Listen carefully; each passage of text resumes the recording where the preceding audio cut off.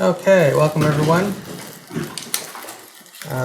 I run the technology here, so I'll be looking down at screens periodically. For those of you who are online, we seem to be having problems with the internet in this building the last couple of times we were here, so there's every likelihood that the live stream will go down, and I may not notice. So if we do that, it'll be available in the recording when we send it out later, but we'll do our best to try to keep it maintained.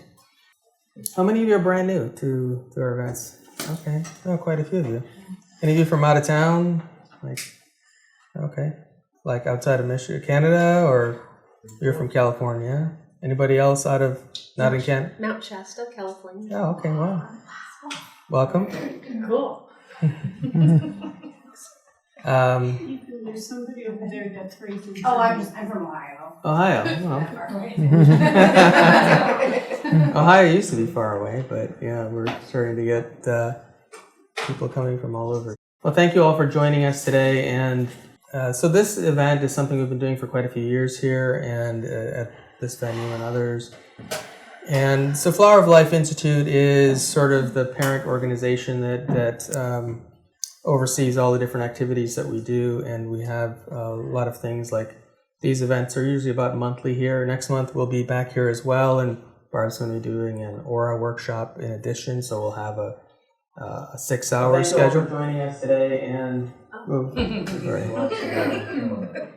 anyway, so this event is something we've been doing for quite a few years here. So I can just let him talk and okay. No one to blame for tech issues but me. Anyway. As I was saying, we'll be doing an event here next month. It'll be 6 hours long, and Barb will be doing an aura workshop or lecture and demonstration at the end of the event. So if you can come back to that, it might be a very special treat. Barb's quite talented in that area. I have the privilege these days of being surrounded by a lot of very extraordinary people in the work that I do and in the organization. This is something we started back in early 2012.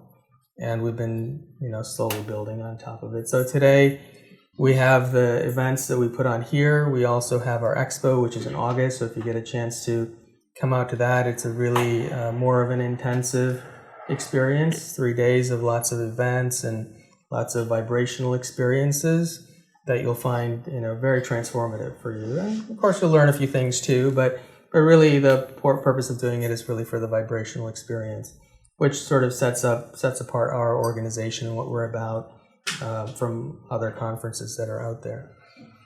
So we have that coming up as well. And if you have kids 9 to 18, we have our Weekend in Wizardry program, which is in June of this year.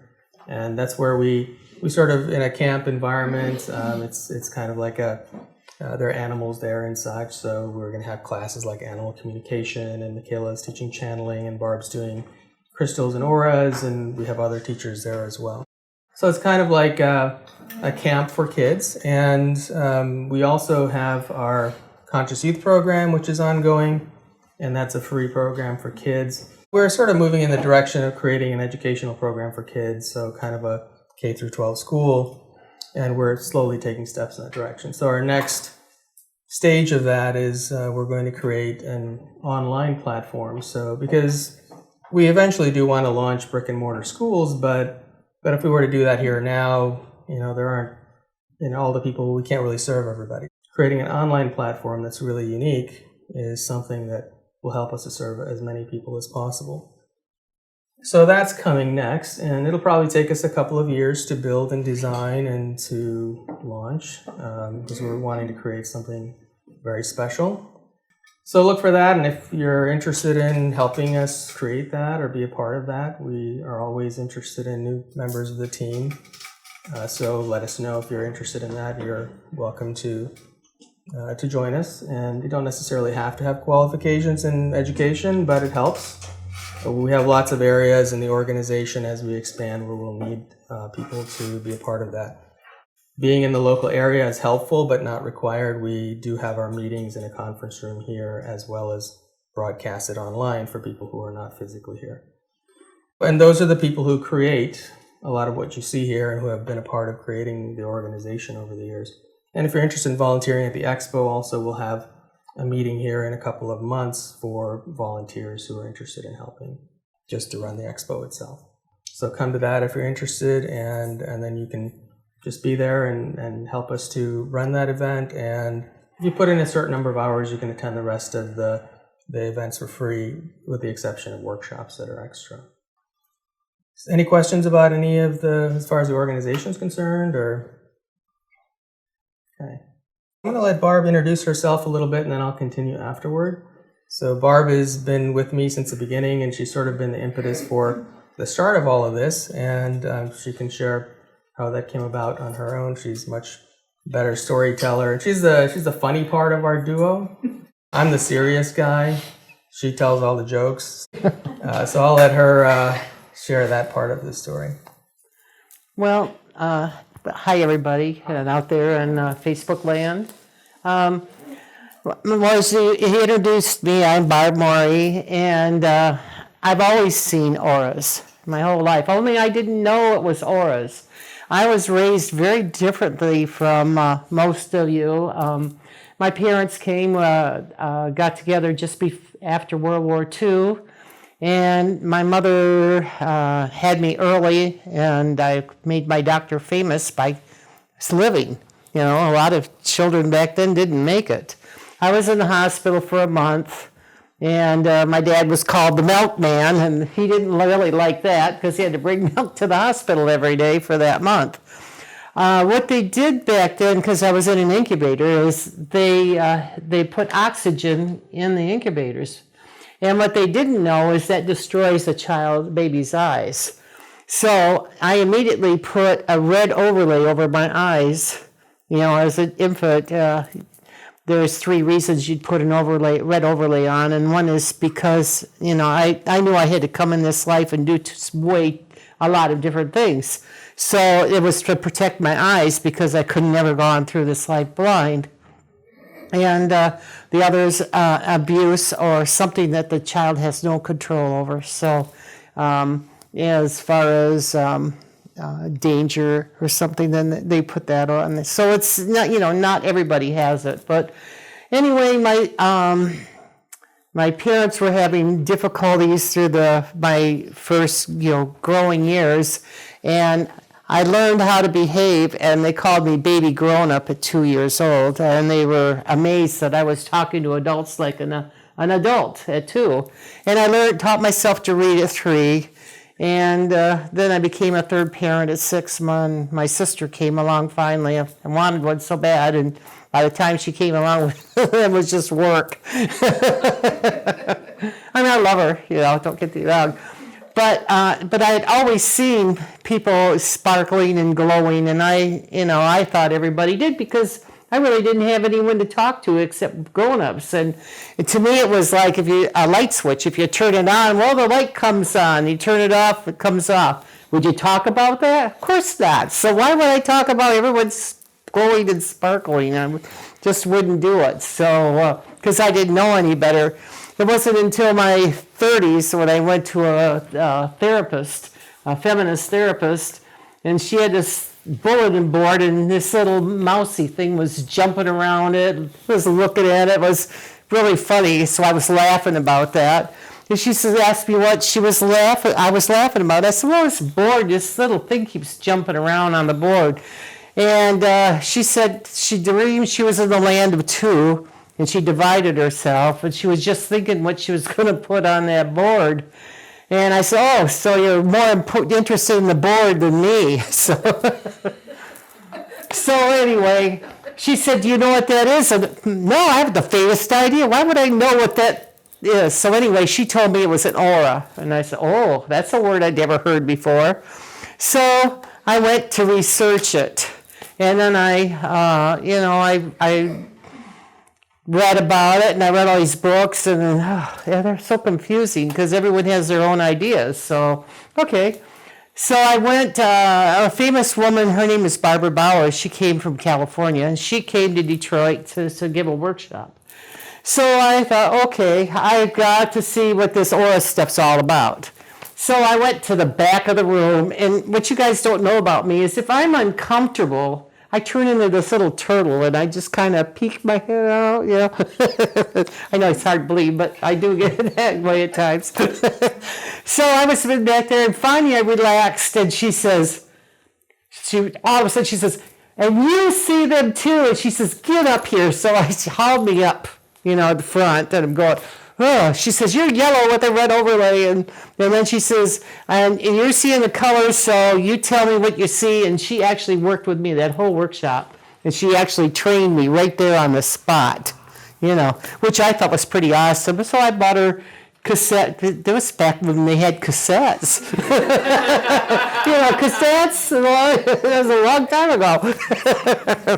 And so anyway, I have that, and I have her book, and but just like everything else, everyone has their own opinions, and I utilized what I've seen through the years. What a lot of you people don't know is I know sign language, and when I was interpreting in sign language, I would be interpreting like from you to you because maybe you didn't understand the same language. So you were deaf and you were hearing. So I would translate back and forth. Well, once you do that, the obligation is, I don't remember anything because that's your business.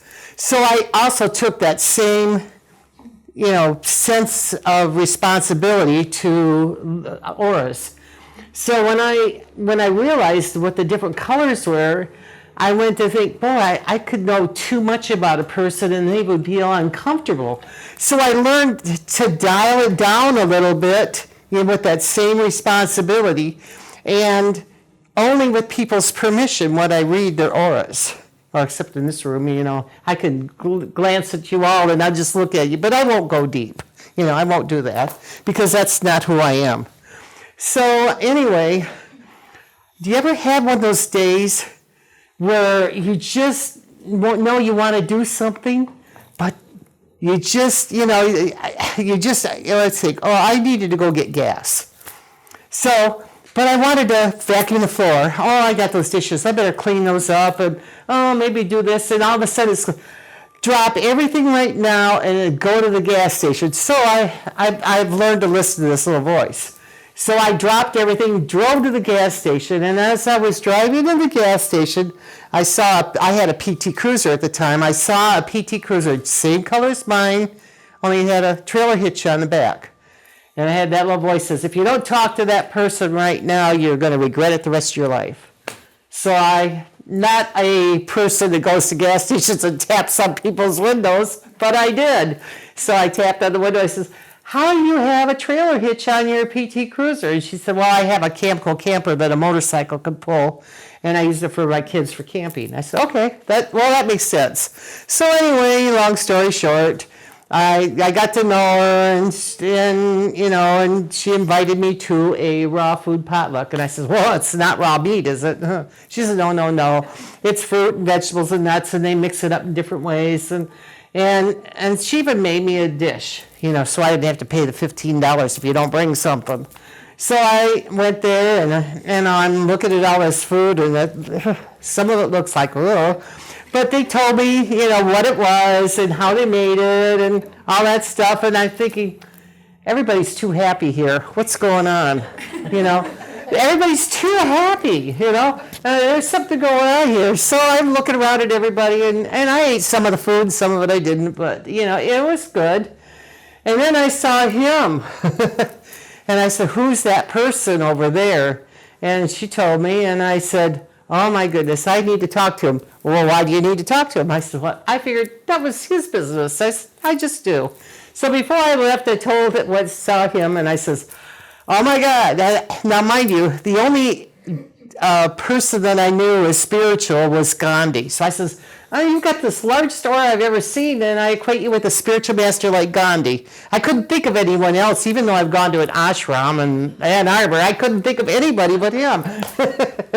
So he thought that was pretty bold of me saying that, but he just had, I said, you have this gift. I said, I don't know what it is, but people are way too happy here, So anyway, long story short, he tested me, he was showing me a whole bunch of these gurus, and I think he was showing them over and over but I was consistent with the colors. So then he said, "Oh, I think she knows what she's talking about." And then we started going over to Troy Library at first, and he started energy transfer, and then that's his story. But that's how we met and got together, and I was just here at the Troy Library just to kind of see how it was going to go, and what color the people were, and if I could see changes, and how the changes were in the room, and how people have changed, and how their auras have expanded, and it's been a fun ride for a lot of years, and it's grown in from the library to expos to now to children, working with gifted children, and it just, who knows what's going to be on the horizon. It just all I can see is more and more growth. And I'm so happy that I'm part of it. And I got another family, Any questions for Barb? Okay. Any of you not know why you're here? Are any of you totally unfamiliar with the energy transfer process, or? Okay. All right. So you just wandered in and hope for the best, or? We came from a Oh. year after, so we Oh, I see. I gotcha. So you all came from Michaela, and you just figured you're here. I can't blame you for that. Well, we'll do an energy transfer about halfway through. And for those of you online, I apologize. The live stream keeps cutting out. We are going to have to figure out a way to figure out the internet issue here. But anyway, if it does go out while I'm talking, I won't be able to restore it. But we'll do the best we can. So we're going to do the energy transfer about halfway through, and I'll explain that process to everyone as we get a little bit closer. But basically, to share a little bit of my journey, and it's there's too much to tell, but there are lots of YouTube videos and videos on Facebook that go a bit more in depth into my journey and how I came to do this, and Flower of Life, and the vision of where we're going as an organization. We're just barely getting started in what we are planning on doing, but that's a bigger conversation. It was all throughout my life I've lived a very unusual life, although very conventional. So it wasn't until 2010 actually, that I was living a very mainstream conventional life. So I come from a business and financial background. And up until that point, that was my life. I ran a marketing agency and also was a professional trader and ran an organization for professional investors, many of whom worked at brokerage houses and such. So this is my background. And in 2000, about the end of 2010, I had a spiritual awakening, which is one of many I've had in my life. And that sort of set me on this path, and a lot of the vision for what we've created since then came into my awareness at that time. So we've just been sort of moving in that direction. Since then, I've been doing this, and of course, Barb shared her story and how we came to meet, and all the tests I put her through, because I come from a conventional background, so I'm a little bit left-brained, still am today, and so I need some validation for what I'm doing. But that having been said, these days I'm surrounded by people who channel extraterrestrials and who see auras and who speak light language and all kinds of, people who can use telekinesis to move objects. This is the world that I live in, but I still have that sort of pragmatic, practical mindset. So I try to bring the two together. And because of that, I do test things and I do try to validate things the best way I can before I decide that it's okay and something that's genuinely real.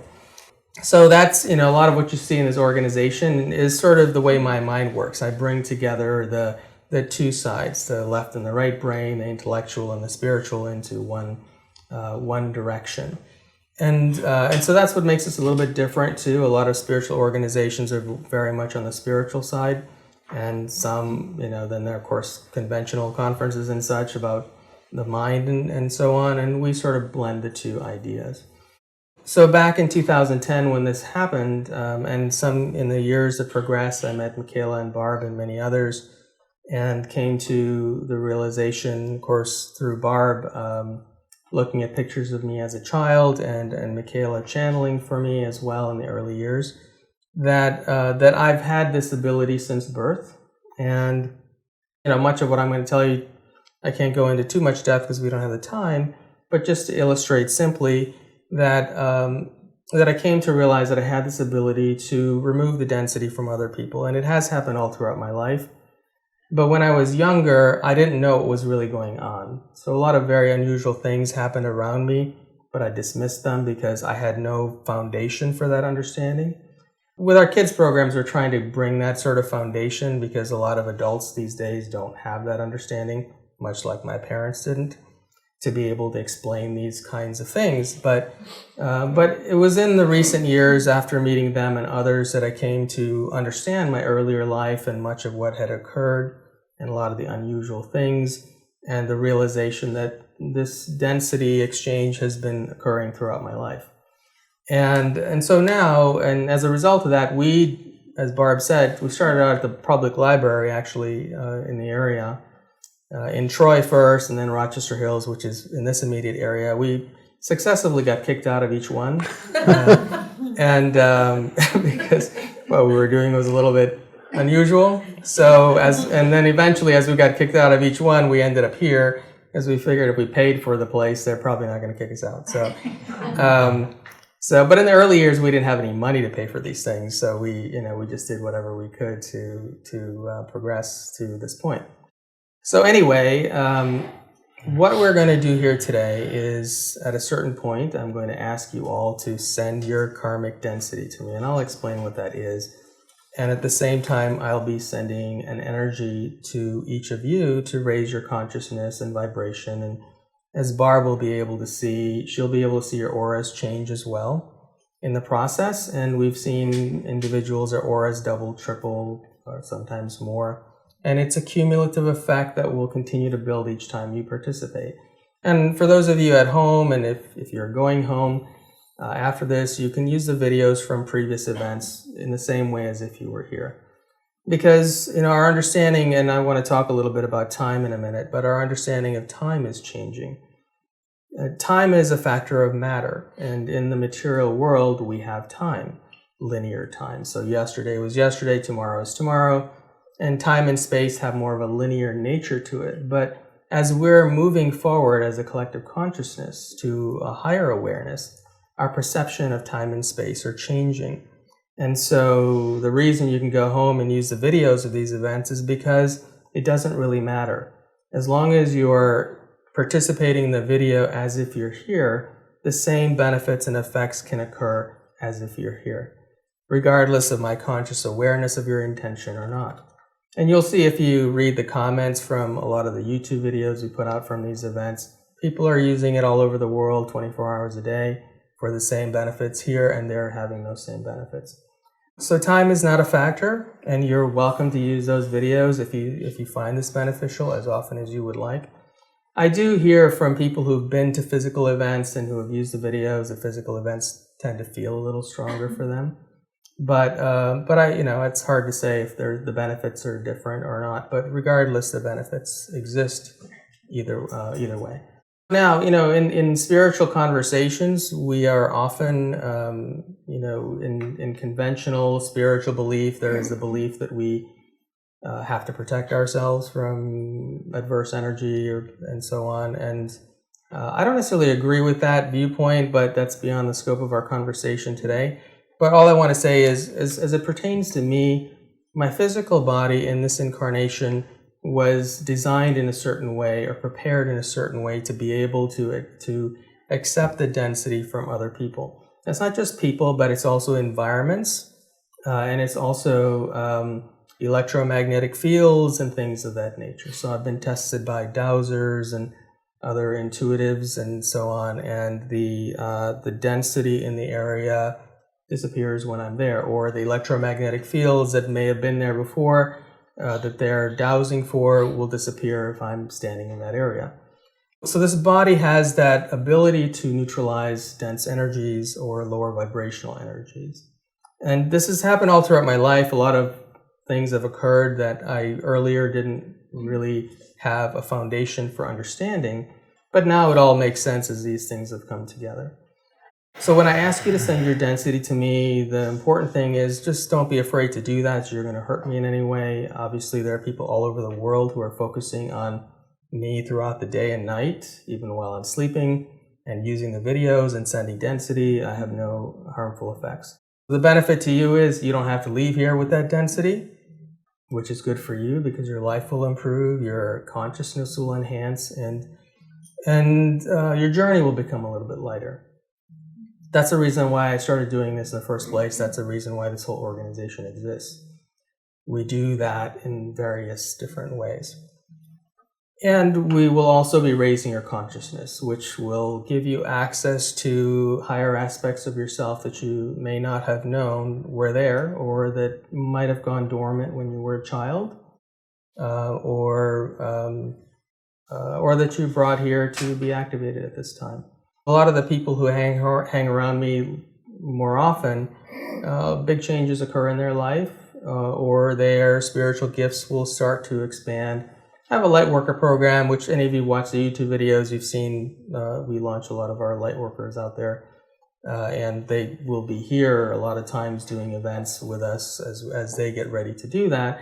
But I work with people who are coming most often from mainstream professional backgrounds, so doctors and nurses and different professionals of that nature, to help them, to train them to develop their abilities and to launch them out into the world so they can transition from a mainstream path to a more unconventional one, but be equally successful. Because I don't think the spiritual path is supposed to be one that is where you're poor and living on the streets. I think that abundance is there either way. We just, as spiritual beings, seem to have disassociated with abundance in some way, and I don't think that's anybody's fault. It's just our society sort of structured that way. But there's no reason why you can't be as successful doing something meaningful and that benefits society as you could any mainstream field. So a lot of them do come out and present here, and many of them will be at the expo this year as well. So those individuals work with me over a long period of time, over 2 years usually, and so a lot of their gifts and abilities evolve as a result of that level of exposure and immersion into the energy transfers. So you will have some of those benefits today. We won't remove all of your density today. It's generally not a good idea for most people, because when you change your vibrational self to such a degree, the physical body has to catch up and the physical reality has to catch up. And there are people occasionally who email us and their whole life collapses the next day.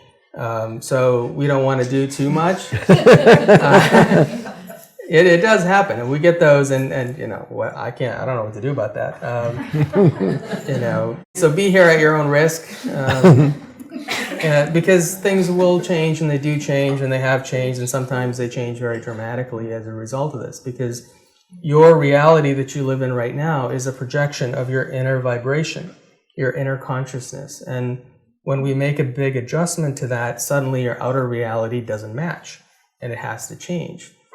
A lot of people in my Lightworker program, I usually try to talk people out of working with me because the changes can be very drastic. A lot of them get divorced, for example, in the process of working with me because their partner often doesn't keep up with the changes that are happening in them. And so suddenly that vibrational difference causes them to repel each other. Now, they may see it as, this person decided to divorce the other person, but in reality, whenever any breakup of relationship happens, it's both parties. It's a vibrational change. It's really not a mental decision. Mental may be what ultimately activated the separation, but ultimately there was a vibrational change that was going on behind the scenes all along. And ultimately, at some point, one person just did something to cause that separation to happen, but it was already there. Relationships come together because vibrations match, and they separate because they don't anymore. So if that disturbs any of you, you should leave the room immediately, and before we get into the more intense period. Any questions about any of that so far? So we're in an interesting time on the planet right now. And these recent years that we've been in was the whole reason that I started Flower of Life and everything else that we've done since then, because I knew that we as a collective consciousness were going to go through this period of high pressure and shift in consciousness, but it would be a bit uncomfortable for most people. The energy transfer and that particular work is designed to make that transition a bit easier for you, so you can move from where you are now to this future that we're heading into with a bit more ease and not have to struggle like many people will in the world.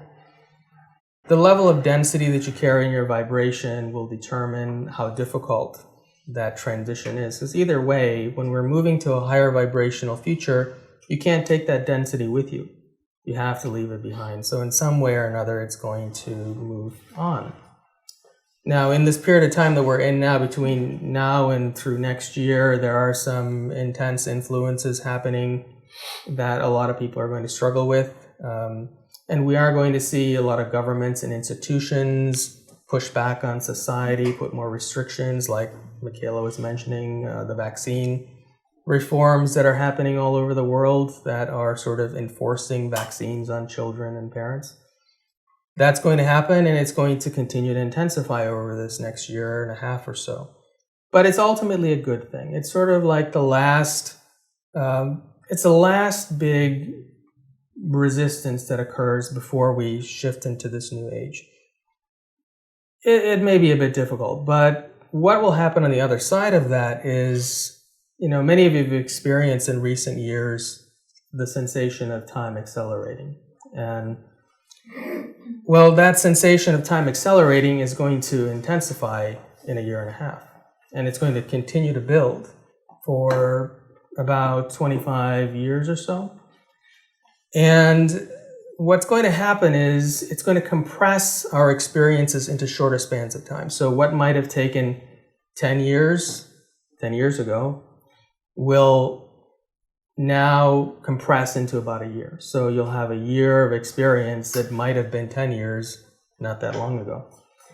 And so you're going to experience this rapid acceleration in society, meaning things are going to happen very fast. Innovations are going to come down the line very quickly. Our society is going to change very rapidly. And it's already starting, but it's going to continue to build. And especially after we pass by 2022, it's going to continue to build. So that speed is going to increase. Now, there are a couple of reasons for that. Some of them are, planetary influences show us that it's happening, but really what's happening is we're moving into a future long term that's timeless. A lot of us talk about fifth dimensional reality. Well, it's hard for us to, a lot of people attempt to define fifth dimension, but we can't really define fifth dimension until we get there. Because the language to describe fifth dimension doesn't exist in the third dimension. But what I can say is in the fifth dimension, there's no time. So our perception of time will cease to exist. On the journey from here to there, time must cease to exist, or the perception of time must cease to exist, which means that we're moving from a material reality to a non-material reality. And in order to do that, time will continue to accelerate, and it'll eventually accelerate to a point where it will not be a factor that we consider.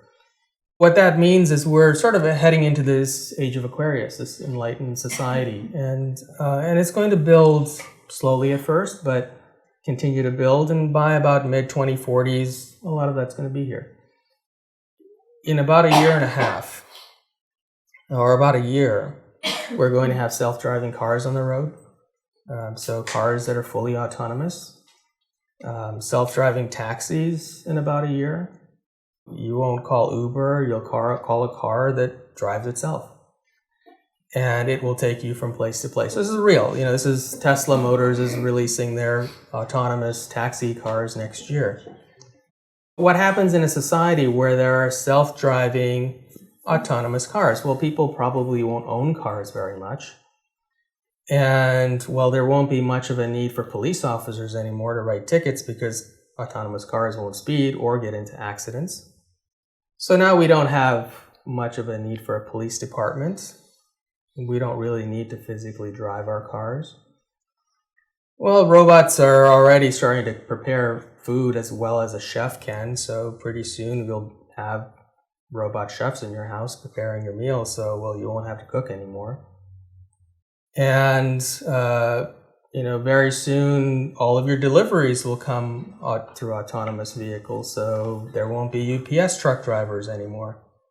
Won't need doctors because there are already robots that can access the full knowledge base of every medical operation and knowledge that's ever existed in an instant and perform an operation and make a recommendation. So we don't need doctors anymore.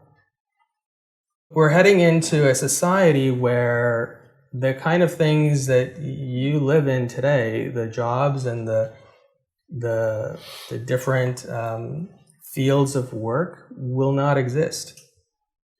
Many of those will be replaced by autonomous systems. This is a reality that we have to accept. That's part of the age of Aquarius. That's part of this acceleration, and it's going to come very fast. And also we have to address, well, where's the money going to come from? How are we going to live? Because, well, obviously we have to still pay bills because there's still going to be an economic system for a little while. Well, we are moving to a decentralized economic system as well. That's not based on the Federal Reserve System. That's already happening as well. So we are soon going to have a different economic structure that is, and a lot of the governments are racing to try to circumvent this or prevent it from happening because, well, they can't sanction everybody and control the world if they can't control the money. That's also happening. So these are real things. I'm not just making up spiritual concepts. I mean, if you do the research, you'll see it's out there. It's legitimately occurring in the world. Cars are electric more and more these days and recharging through solar panels, so we won't need fossil fuels anymore.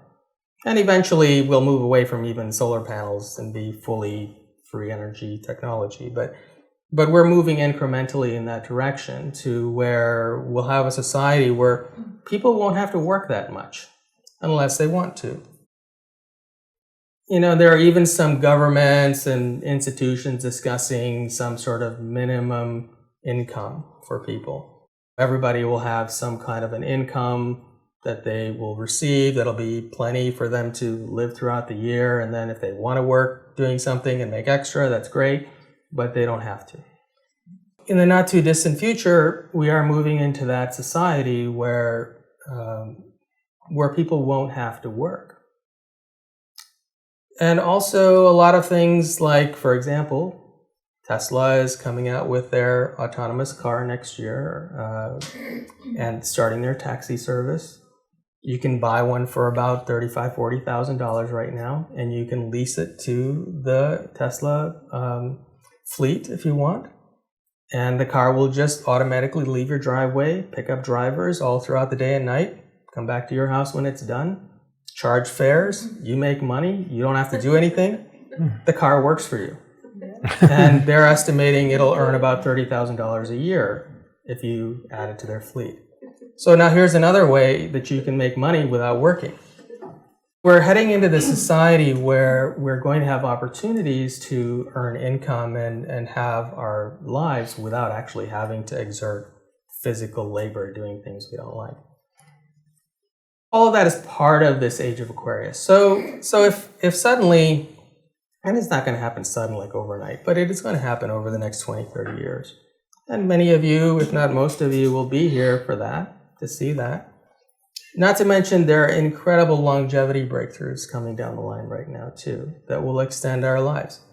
And they're out there now, and they're continuing to innovate. There are technologies now that will extend your telomeres, which extend life. There are technologies to increase mitochondrial health. Within the next 10 years or so, or less, I mean, it's already there. And also there are some gene therapies now where they can actually rewrite genes that are becoming defective. If you have an illness like cancer, they can just change that gene. You don't have cancer. This is all in experimental stages, but it'll be available in the next few years. We will live longer. We may live for hundreds of years and be a part of that society.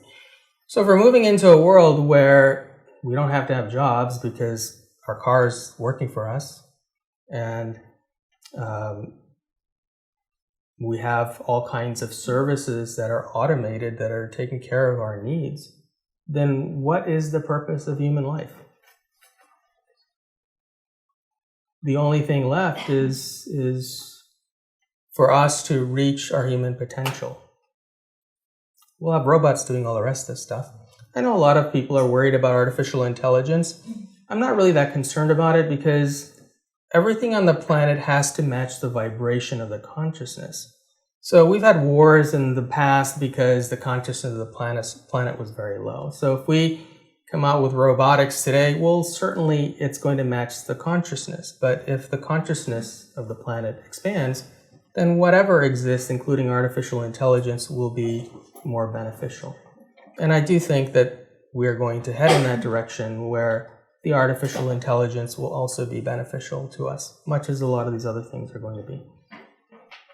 If we don't have to do anything, and we can do anything we want, and we don't have to work for money, then what's the next frontier for human existence? It's human potential. It's your own enhancement. It's developing your health so you can live optimally. Instead of trying to cure cancer when you're almost dying of cancer, you instead focus on how to live for hundreds of years in vibrant, extraordinary health. Expanding your physical human potential, expanding your intellectual potential, and also expanding your spiritual potential. So we are going to see a huge growth in consciousness in this period of time that we're heading into, as well as all the technological innovations that I mentioned. And now I can, all the technological innovations I mentioned, you can search the internet, it's all there. The spiritual innovations, I know they exist because I'm working with extraordinary people these days who are coming from mainstream backgrounds, who are exhibiting very extraordinary abilities, and it's continuing to grow and expand and accelerate. We are moving into that period as well where our society is going to become more high consciousness. And that's why you're here today, whether you knew why you came here or not, is to be pioneers in that movement toward a higher consciousness world. And that's what we're going to help you to do today, is to take a little step further on that journey so that when the masses start to have their awakening experiences, you'll be there and ready to assist in whatever way you came here to do that.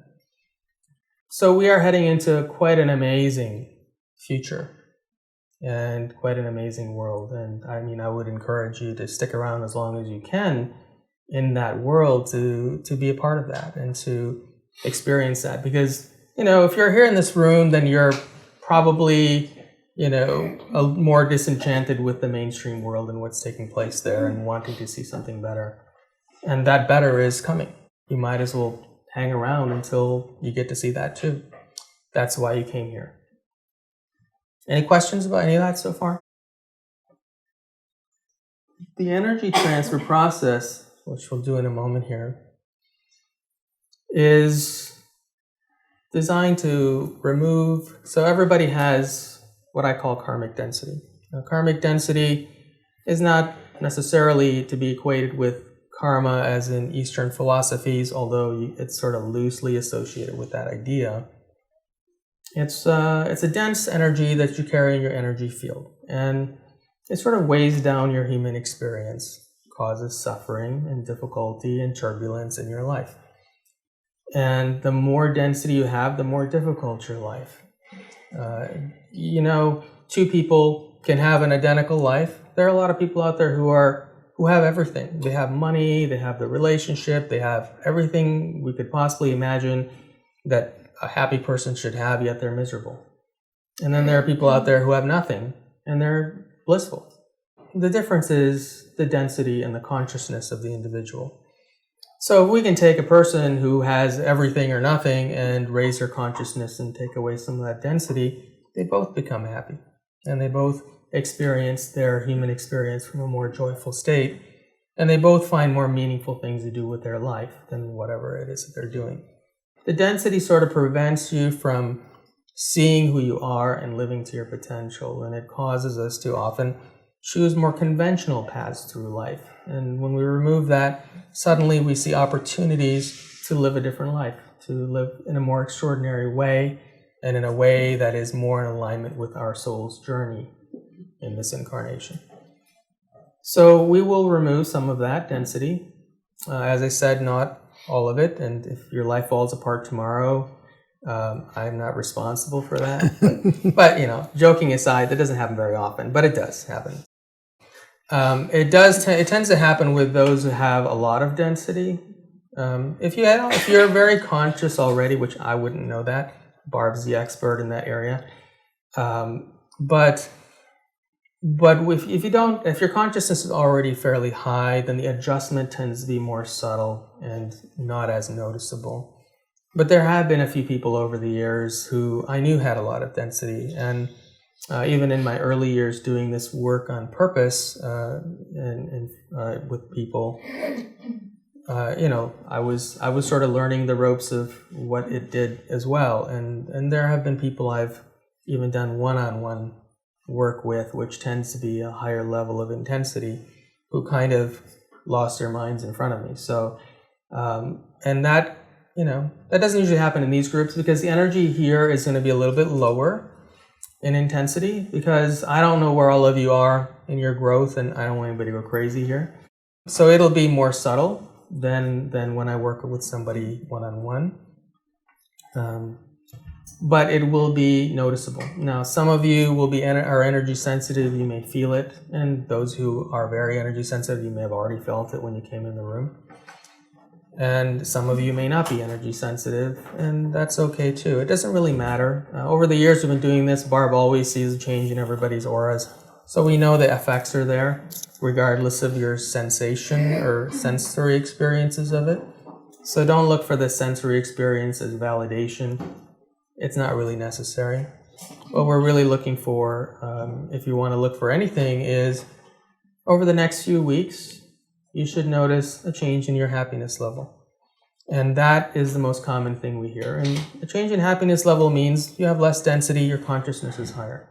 So more conscious individuals, all they have that's different is because they don't have that density and their consciousness is greater, they can go through life and face whatever obstacles or difficulties or challenges with a heightened state of awareness, and it doesn't really affect them. They don't suffer. Suffering comes from higher density and lower consciousness. So when we remove that and we change that, your level of suffering decreases. So that's the main thing you're looking for in your life. We're going to do a two-part process here, and I'll have my eyes closed when we do it. Barb's going to be looking at the room. She will look at everybody's auras to see how you guys are doing, and she'll tell me to stop when you've had enough, so we don't overcook you. And then we'll ask you to open your eyes. So we usually go for about 15 minutes, and as I said, I want you to trust the process. Don't worry, anything will happen to me.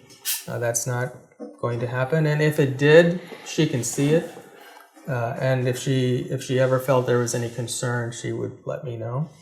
I'm going to ask you to send that density to me. Now, how you can do that is you simply just need to sit there with that intention in mind. Now, what I didn't mention earlier, for those of you who are new, there is a 13th dimensional collective consciousness of beings made up of many ascended masters and extraterrestrial consciousnesses like Pleiadians and Arcturians and Jesus and Mary Magdalene and quite a few other beings who are facilitating this process from the 13th dimension. My only purpose in being here is the 13th dimension being such a higher dimension than the third, they couldn't directly interact with the third dimension. They needed somebody here to provide a physical body as an anchor between the two dimensions. So my purpose is that I can facilitate that communication of energy between both.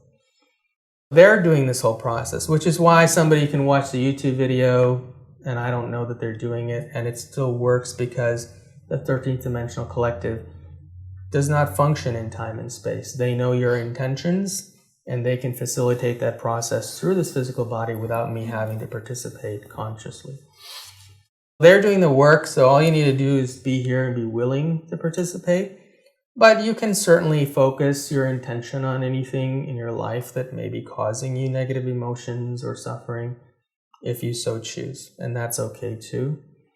But it's not necessary. I mean, if you're visual, you can visualize it as a dark cloud of energy coming from your energy field to mine. And as Barb says, what she sees is it disintegrates as it hits my energy field, because she can actually see that dark energy coming from all of you when you do that.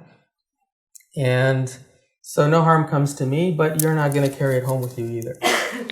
At the same time, the 13th dimension will send an energy from the 13th dimension through my heart center to all of yours. That will be to raise your consciousness and vibration. And whenever we interact with energy from other dimensions, that other dimensional energy contains information. And so information that you won't understand consciously right away, but you may find 6 months from now your whole awareness has changed about your reality. And that's because over time your mind will start to dismantle that information into something that you can understand. Much like Michaela channels, what she receives is packets of energy. And that energy, her mind is able to translate that energy into spoken word as well as energy. And she can do that very quickly, but not all human beings are tuned to doing that like she is able to do it. What will happen is as this energy comes through to all of you, it may not always make sense right away, but over time it will change your perception of your reality, give you access to abilities and knowledge and awareness that you didn't consciously have before. It will happen over time. Any questions about the process or anything before we begin? I typically play a little music in the background just to sort of tune out the background noises as well, and so we'll do that. So just relax and breathe comfortably.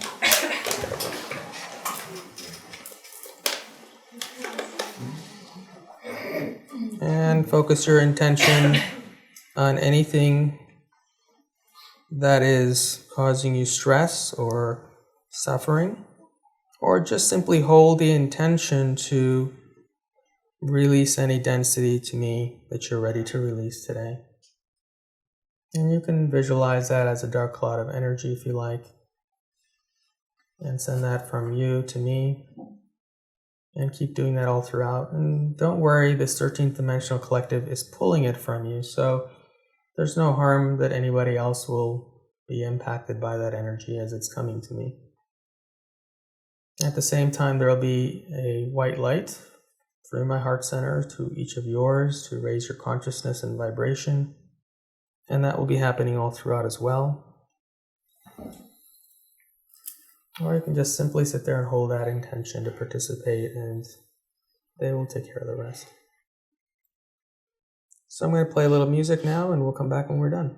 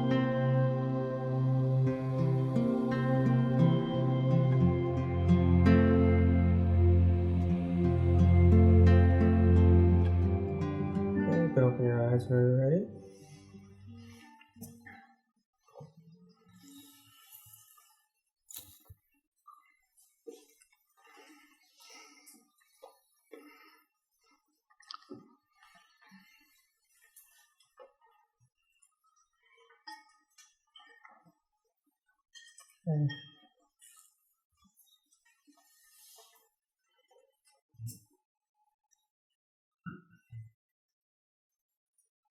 Yeah, some of you may have felt something, and others may not have, and it's all good.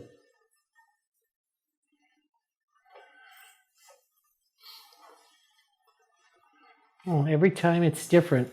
Every time we have one, it's different. This time I saw a direct energy just being pulled right out from the top of their head and making an arc to you, you know. And then I saw the energy from you going, you know, in little lines to every person, you know. And I watched it, you know, until it got kind of clear, you know. Everybody kind of cleared up. It was just, you know, first it was this massive, shoo, you know, right energy to you, you know, and but it was very focused. You know, they were really, you guys are all really focused on, this is what I'm going to get rid of, you know, and here, take it. For those of you who are new, Barb's not on the short stool because she's any less significant than me. She just likes the short stool. Yeah, I like to have my feet on the ground. Anyone have any questions about anything? You guys are, you know, this is one of the bigger groups we've had in this room, but you guys have nothing to say. Very quiet. So we have a little bit of time, and so what you're looking for, as I said, is your consciousness to continue to expand over the days and weeks ahead. So just observe how you feel about your life, and circumstances around you may change. Some of you may have some very significant, profound shifts. You know, be prepared for those as well if they do occur. But it's always for the better. You know, in the end, it's when we do this process, you shift to a new timeline, and that timeline may have new experiences, a new journey for you, new people, different ones than what you left before. As an example. And I do see the energy doubled, you know, and Oh yeah. I do it. I mean, Yeah, it's I forgot just to ask you before. yeah, so yeah. I don't know. The energy is, you know, doubled and tripled, and for the people that were low, they're just, you know, up, and the rest you're out through the ceiling. Yeah, it's really cool. I always liked it because it shows such a growth in each one of you. You know. That you're reaching out to the universe and you're connecting, you know, and even though you don't necessarily feel it right now, you will feel it, or it'll be easier. You know, each time it's easier. It's a really good thing. I mean, you know, anytime I have a negative thought, you know, send it right over. I'm not taking that. You know, poor you think he's going to pick that, but he loves it. Anyway, as I was saying earlier, we're heading into a very interesting future, and lots of, you know, somebody asked earlier about schools and such, and obviously that's an area where we're very much focused and something that we want to really change. And our goal is to make that available to as many people as possible. So I'm not really sure how it's going to look at this point, but we're probably going to launch some sort of online education program that's as close to free as possible, so we don't have to limit any kids from being a part of it. Oh, the basket. Oh, yeah, I forgot. Yeah, so we do pay for the, you know, if you already donated or if you can't afford it, don't worry about it. We do finance the organization ourselves or through donations, but our programs here are not at any cost, so we don't have to do that. Yeah. Is there information on the camp, the kids' camp? Is that online? Yeah, it's called Weekend in Wizardry. So if you just go to A Weekend in Wizardry or weekendinwizardry.com, the website is there with the programs that we have.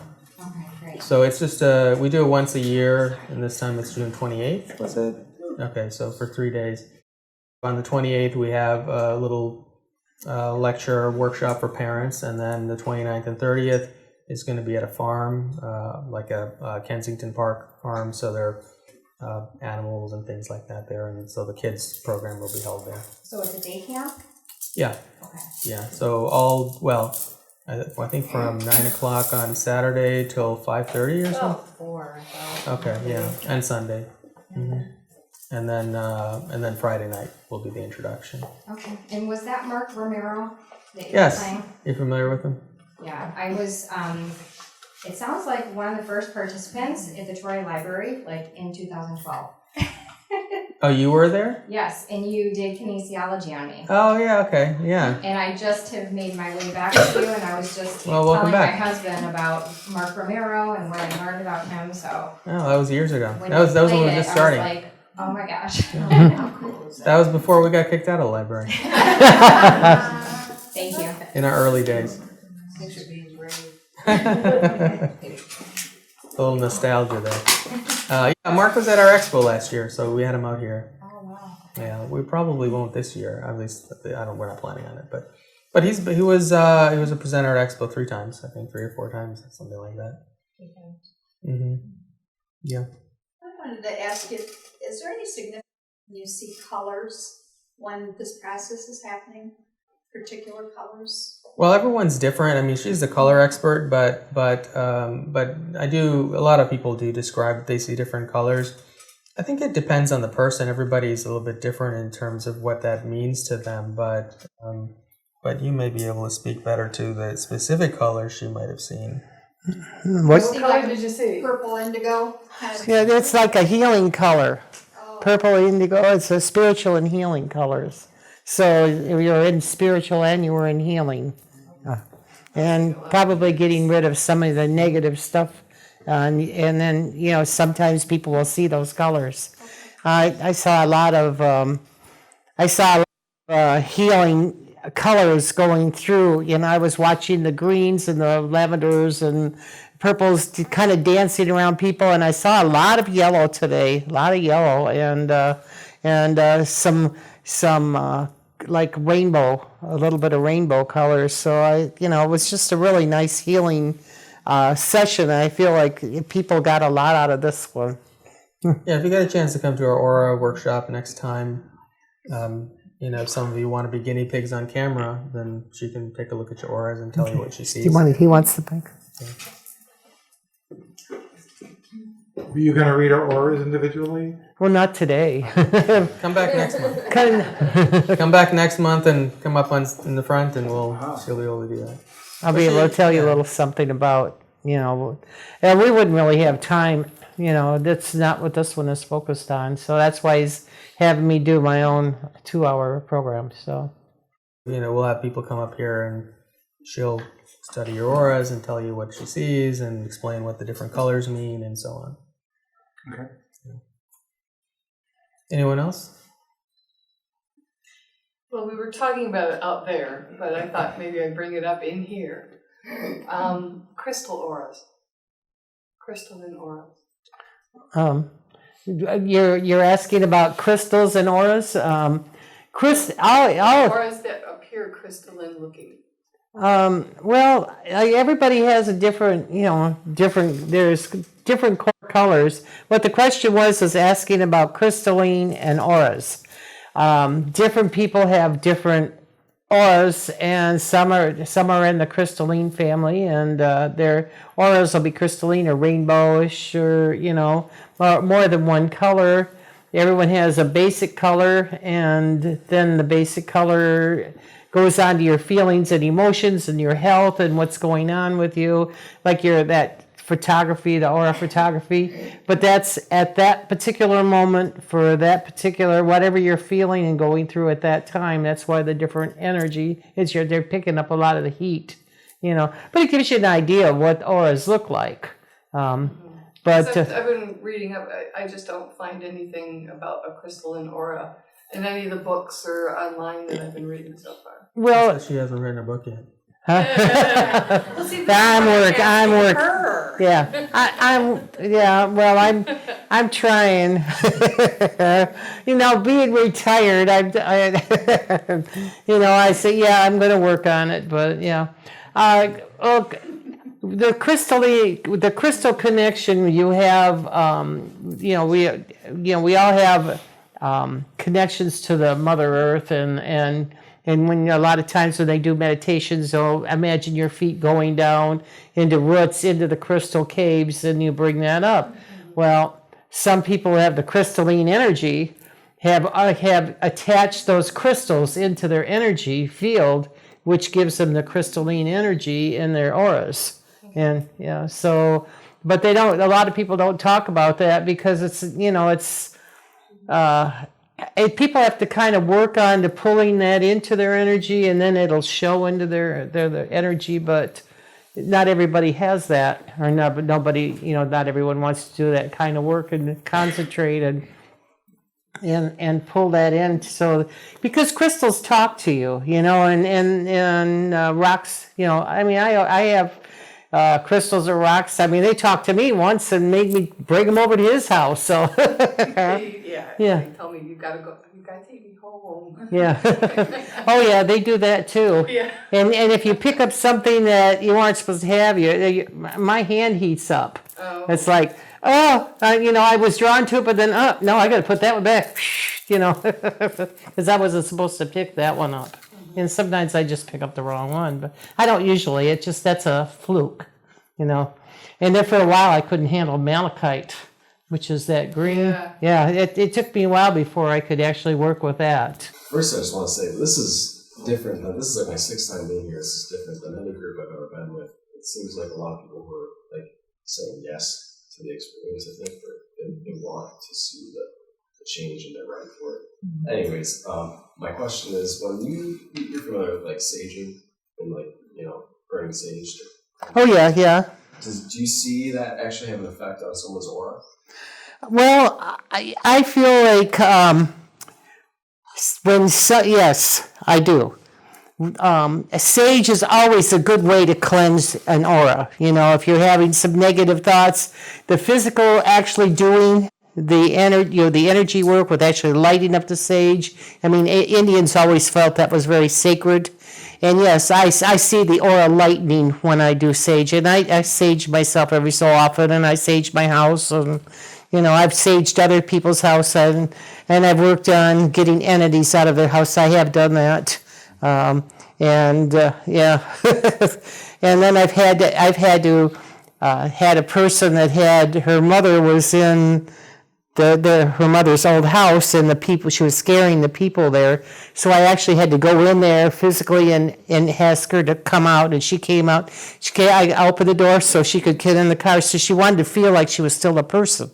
And then we drove over to her daughter's house, and I opened the door again for her so she could feel like a person. And then I took her to her daughter's house, and I told her, "You will be welcome back, but they're not ready for you yet." And now she's back there. They wanted her back, so she's back at her house. So, you just have to give them respect, But people that are trapped, usually I went to a house where I had to release Indians that were trapped because over in White Lake there was a killing field, and the houses were building on top of it. So there was this house. Every time I went in, I would go, ugh. Didn't like the house. So I ended up clearing it out and telling them that they were free to go. And then I cleansed the house, and they had put it on the market and sold just like that before. I've just been sitting there. So, it's just one of the little side things I do once in a while. So, yes, I believe sage helps.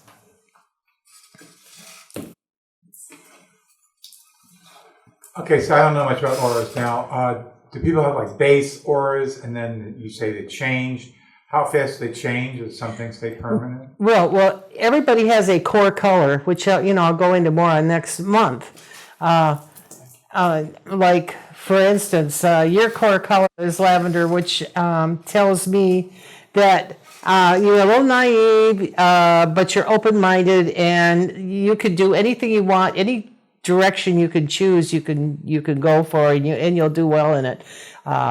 Lavender sometimes are in healing fields, or they work with people, or they like nature, or they like it's just you have a diversity about you, but you also have a little bit of being naive, that You know, if somebody got you in the right frame of mind, you might want to buy the Brooklyn Bridge from them. But now that I've told you that, that won't ever happen because that won't happen because you know you've got that little tendency to draw into yourself. So, everybody has an aura unless they're going to die. Now, which brings me to this quick story. I had a coworker that came running up. I used to work at the post office, and I threw magazines. We called them flats. In the box section, I broke them down into. I didn't hook that right. Broke them into sections. And I had one of my coworkers run up to see me, and I looked at him. I said, "What's wrong, Joe? What's wrong?" And he wouldn't talk to me. And so as he was taking off again, I'm thinking, what? Well, I didn't know auras at the time. I thought, he's not glowing. So I thought, I think he's in trouble. So I dropped everything and went and hunted him down. Well, he went in the men's bathroom and died. So that's what I learned. If you're not glowing, you're going to die. So after that, every time I go on an airplane, I check the pilot and co-pilots. Because if they aren't glowing, I ain't going. But I was on an airplane, which really worked. We were going from Vegas back to Detroit, and we went through a thunderstorm. And the airplane dropped about 500 feet. You know, it just went, you know, and things. Some of the bins opened up and everything. And people were crying and screaming, and I looked around at everyone. I says, "Oh, you're all glowing. We're going to be fine. And just chill out, relax." And so they all calmed down, and we got to Detroit, and they clapped for the pilot, and I got a lot of thanks. So, and then I had another coworker. He and I were walking out of the lunchroom to go back to work. And he had a heart attack, and he went down, you know. And I said, he's still glowing. If you give him CPR, we can save him. Well, that was before we had 911. I know this is a long time ago. So the 2 doors down was the fire hall. So I ran down to the fire hall, out the side door, ran down there, and I'm beating down the door. The guy comes up. "We don't answer the phone. We don't answer the door, just the phone." Ring. That's the phone. Answer it. Post office, 2 doors down, heart attack. You know, so they came over there and saved his life. Then he wanted to go back to work. I said, "You had a heart attack. You got to go to the hospital. You can't." You know. So yeah, I mean, you know, that's when I learned about, you know, auras and. But you know, sometimes it can come really fast. You know, the death, because I guess I had a premonition. I was in a little Corsica, and there was this truck with wheels as tall as my Corsica and next to me, and I said, I was taking my ex-husband to a doctor, and I'm looking at him, I said, "Oh my God," I says, "if you got hit by that, you would die. I mean, we would just die." I said, "I'm so glad we're next to it."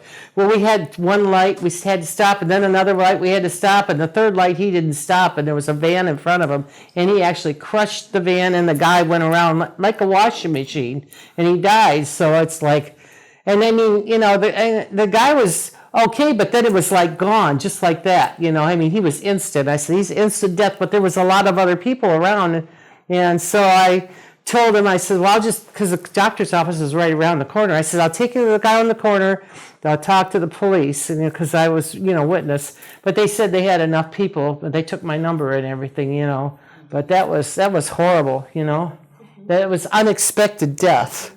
But that doesn't usually happen. But I had a premonition that something like that was going to happen, and it did, you know. Not that, you know, it's just, you know.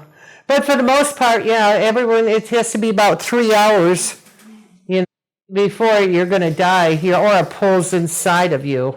And then, you know, then you got 3 hours to get yourself saved, you know. Before.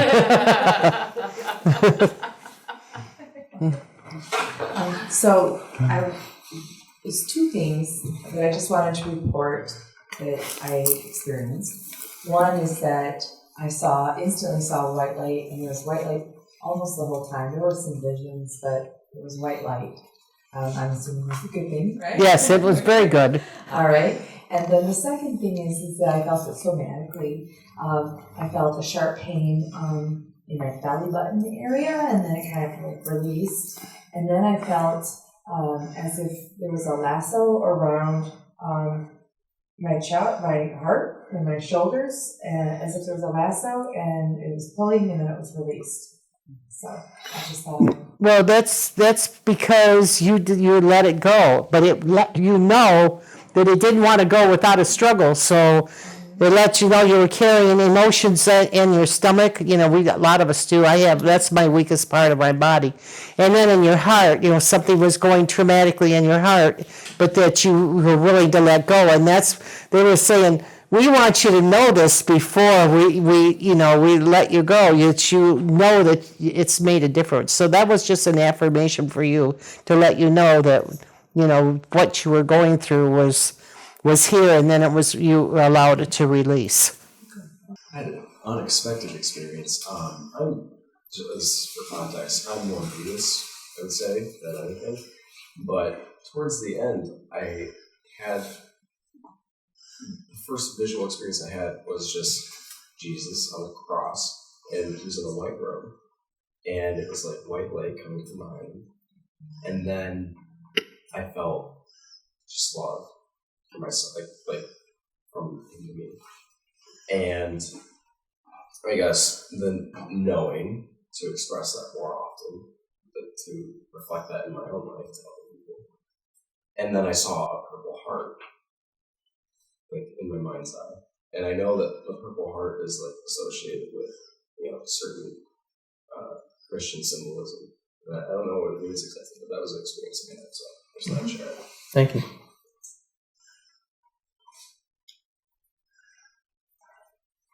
So I'll share my experience, but especially everything is going to take more than 10 minutes, so just That's great. one item.